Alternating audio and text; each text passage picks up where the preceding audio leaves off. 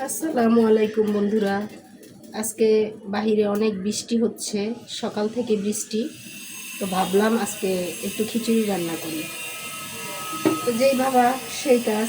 আমি এখানে নিয়েছি কিছু আলু আর অ্যাঙ্কার ডাল। আলুটা ভেজে নিয়েছি। এখানে নিয়েছি মুগের ডাল, এখানে আছে মুসুরের ডাল, মাসকলাইর ডাল। আগ থেকেই ধুয়ে রেখেছি চাল। তো মোটামুটি সব কিছুই প্রিপারেশন নিয়েই এসেছি। তো ভাবলাম যে আপনাদের সাথে রান্নাটা শেয়ার করি।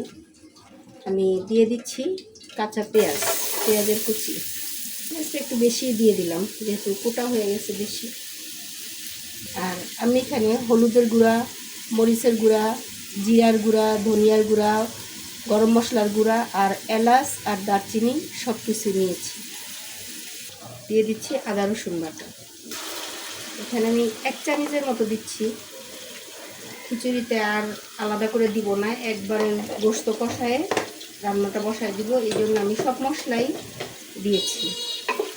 আর আপনারা দেখলেন আমি কিন্তু মশলা খুব বেশি দিব না, পরিমাণ মতো, কারণ কোনো কিছুতে অতিরিক্ত মশলা হয়ে গেলে খেতে ভালো লাগে না।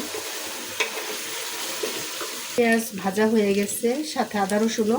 এখন দিয়ে দিচ্ছি মশলাগুলি লবণ সহকারে। একটু হালকা ভেজে নেই। আর আমি কিন্তু আজকের খিচুড়িতে হলুদ একদম সামান্য দিব, কারণ খিচুড়ির মধ্যে অতিরিক্ত হলুদ দিলে ভালো লাগে না। কিছুটা পোলাও স্টাইলে আর কি রান্না করা হবে। আর যেহেতু ডাল দিচ্ছি সেজন্য আর কি একটু হলুদ, সামান্য একটু হলুদ দেওয়া। দিয়ে দিচ্ছি অ্যাঙ্কার ডাল আর আলু।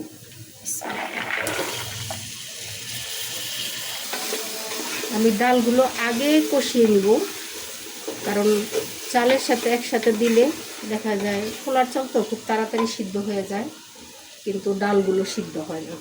মুগের ডাল একটু হালকা এভাবে যদি আগে ডালগুলো কষিয়ে নেওয়া যায় তাহলে চালের সাথে একদম মাখা মাখা হয়ে যায়, খেতে ভালো লাগে।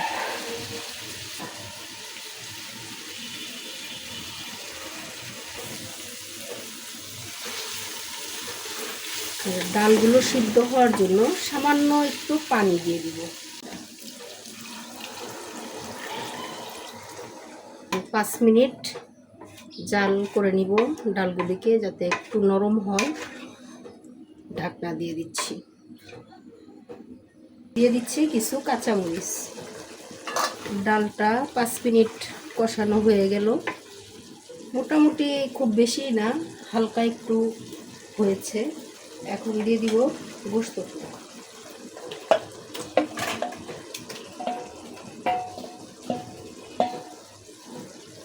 গোশত দিয়ে আবার একটু ভালোভাবে কষিয়ে দিই।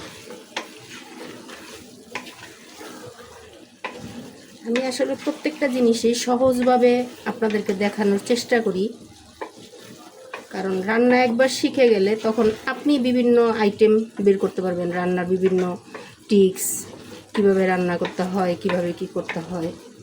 এখন জাস্ট শেখার জন্য আপনারা করবেন। আর দেখা যায় আলাদা গোশত রান্না করে পরে আবার মিক্সড করলে অনেকে পারবেন, অনেকে পারবেন না। এই জন্য একসাথে আমি রান্নাটা করে দেখাচ্ছি। দিয়ে দিচ্ছি চাল।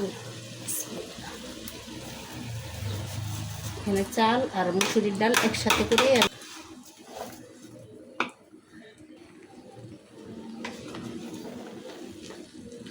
ভাজা ভাজা হয়ে গেছে।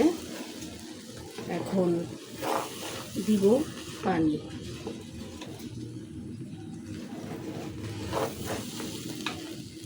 যে যে যতটুকু চাল দিবেন তার দ্বিগুণ পানি দিবেন। আর আমি কিন্তু কোনো মেপে পানি দিচ্ছি না, আমি চোখের আন্দাজে পানি দিচ্ছি।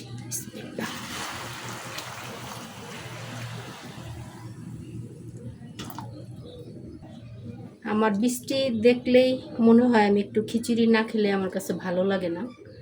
আমি এই জন্য বৃষ্টি হলেই খিচুড়ি রান্নার চেষ্টা করি।